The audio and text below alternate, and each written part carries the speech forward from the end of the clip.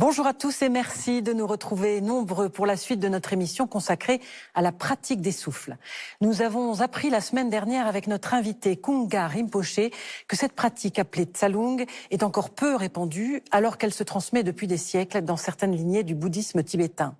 Il s'agit de méthodes basées sur le contrôle de la respiration qui permettent de détendre le corps et par là de pacifier l'esprit pour parvenir à l'éveil. Actuellement, notre invité est l'un des rares maîtres qui enseignent les Tsalung aux Occidentaux, après y avoir été initié dès son adolescence au Tibet auprès de maîtres de la lignée Nyingmapa. Ce matin, Kungka Rinpoché va nous expliquer quelles sont les phases très progressives de la pratique des souffles et nous montrer comment s'y prendre au tout début de cette pratique. Nous avons le grand plaisir de retrouver Kungka Rinpoché. Merci.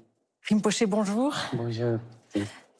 Alors, je rappelle que c'est en France que vous résidez depuis quelques années, mais vous avez grandi au Tibet, ou dans le sud du Tibet. Vous avez été formé par de nombreux maîtres et initié au Tsalung que vous enseignez à votre tour à Paris, mais aussi en Asie régulièrement. Vous allez être traduit par Marie-Pierre Maury, que nous remercions. Kungka Rinpoché, alors pouvez-vous nous dire en quoi consiste l'enseignement des souffles doux? Est-ce qu'il y a plusieurs étapes? J'imagine que oui, vu ce que vous nous avez dit déjà la semaine dernière. Tout d'abord, nous faisons l'exercice qui se nomme l'expulsion des souffles résiduels. Et ainsi, dans la lignée du Nyingtik, nous effectuons cette expulsion des souffles 21 fois. Et puis ensuite, nous allons nous poser au niveau de notre corps dans ce qui s'appelle les 7 points de Vairocana, qui va nous permettre d'amener l'esprit dans un état d'immobilité, dans un état de calme.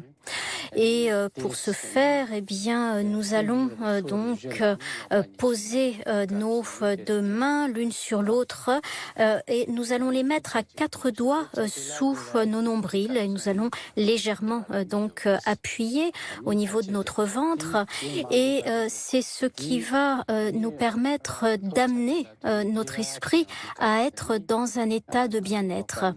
Et puis ensuite, nous remettons nos mains sur les genoux et nous allons faire l'exercice de détente où nous allons en fait, grâce à 49 cycles de respiration, détendre la totalité de notre corps.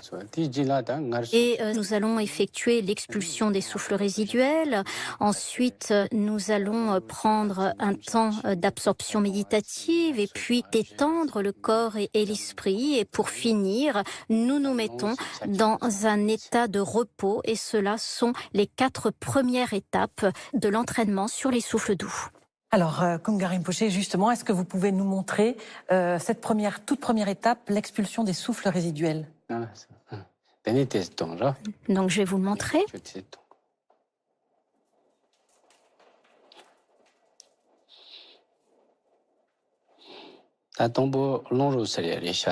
Donc, tout d'abord, l'expulsion des souffles.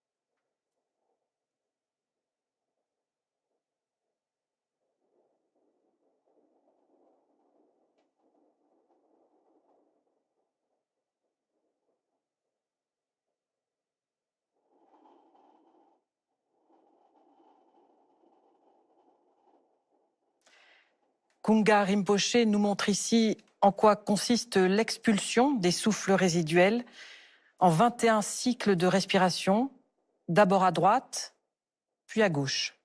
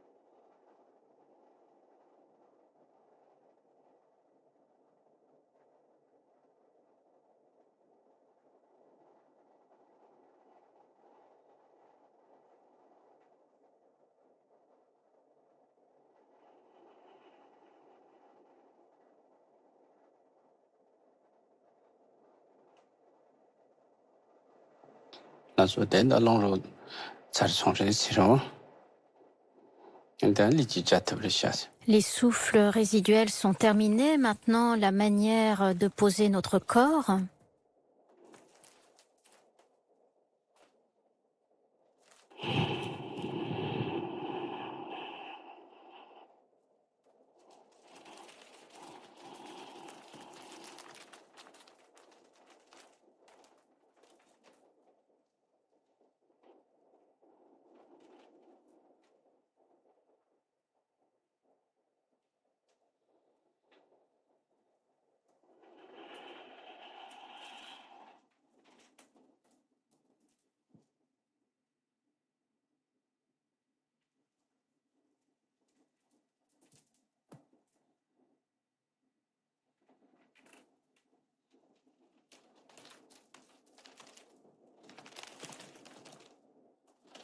Kunga Rinpoche nous montre la manière ici de poser le corps et aussi les mains.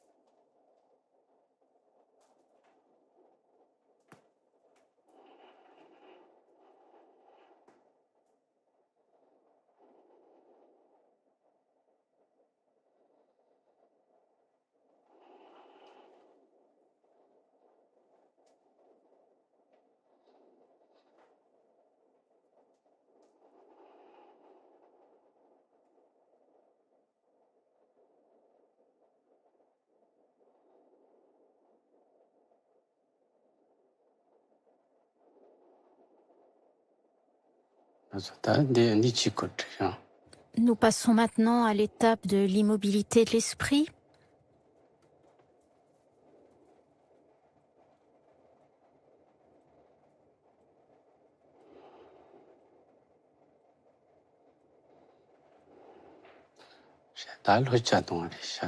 Et puis maintenant, l'étape de détente.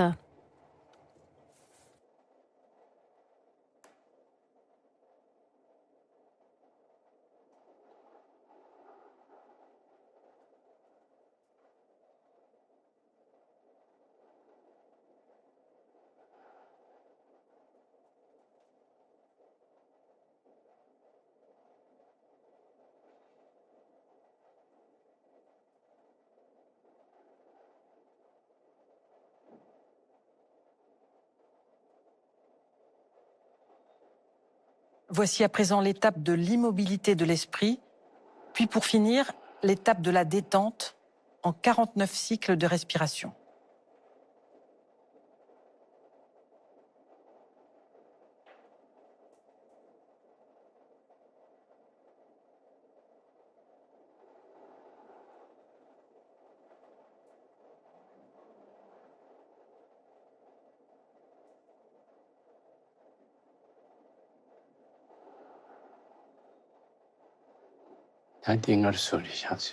Et maintenant, l'étape du repos. Et c'est terminé. Merci beaucoup, Kunga Rinpoche. Est-ce que c'est une pratique qui s'adresse à tous ? Cette pratique des souffles doux est accessible à la totalité des gens. Cela peut être des jeunes, cela peut être des gens dans la force de l'âge, cela peut être aussi des personnes âgées. L'on dit en fait que quand les jeunes effectuent cet entraînement des souffles doux, cela va développer leur clarté au niveau de l'esprit, qui peut être bien dans leur apprentissage. Et puis dans la force de l'âge, l'on dit que cela va amener une plus longue vie. Et pour les personnes âgées, eh bien, cela va les aider. Les yogas un petit peu plus forts, généralement, sont présents pour les personnes jeunes et uniquement pour les personnes jeunes. Pourquoi cela ? Parce qu'il y a des sauts, il y a des exercices qui sont très physiques que les personnes âgées ne peuvent pas faire, alors que cela n'est pas le cas pour les souffles doux, où en fait, à chaque âge, eh bien, nous avons la possibilité de les faire puisque c'est un entraînement qui est progressif. Oui, Kunga Rinpoche, en quoi cela complète-t-il finalement l'entraînement, l'apaisement méditatif ? Cette pratique des souffles doux aide au niveau de la pratique méditative, car quand nous pratiquons l'absorption méditative, notre esprit arrive à un état de calme, à un état d'immobilité. En fait, ce calme de l'esprit va amener un bien-être. Ce qu'il faut savoir, c'est qu'il y a différentes étapes dans la méditation, justement par rapport à ces états de bien-être ou autres états, et ainsi afin de pouvoir traverser progressivement toutes ces étapes sans s'attacher à aucune de celles-ci, il y a l'entraînement des souffles doux qui permet de les dissiper. Merci infiniment, Kunga Rinpoche, de nous avoir parlé des Tsalung. Donc, vous êtes l'un des seuls, peut-être en France, à pouvoir enseigner. Je rappelle que vous avez écrit sur les Tsalung et aussi qu'on peut vous retrouver à la Grande Pagode en début du mois de mai pour une cérémonie particulière. Merci infiniment. Merci beaucoup. Merci. Pour poursuivre cette émission de notre invité Kunga Rinpoche, Tsalung, les techniques tibétaines de contrôle des canaux et souffles subtils, aux éditions Yogiling. Ce livre inédit sur la pratique des souffles et des canaux présente ici les connaissances à avoir pour bien comprendre l'enseignement des souffles doux. Sont décrites ainsi la physiologie subtile du corps et la circulation du prana. Voilà, c'est la fin de notre émission. Merci à tous de l'avoir suivi. Vous pouvez la revoir sur la plateforme France.tv. Très bon dimanche à tous et à la semaine prochaine. Merci.